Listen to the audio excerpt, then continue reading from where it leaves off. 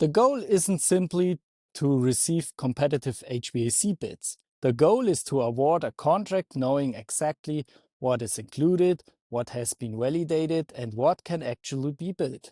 Starts with a predictable scope. The first problem here, the undefined scope, creates pricing assumptions. Many HVAC bids are based on the design intent rather than implementation reality.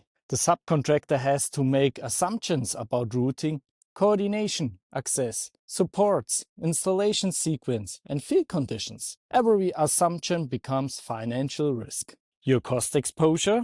This is usually creates one of the two outcomes. Either the bid includes large variables, or the missing scope becomes a future change order. In both cases, the general contractor pays for uncertainty.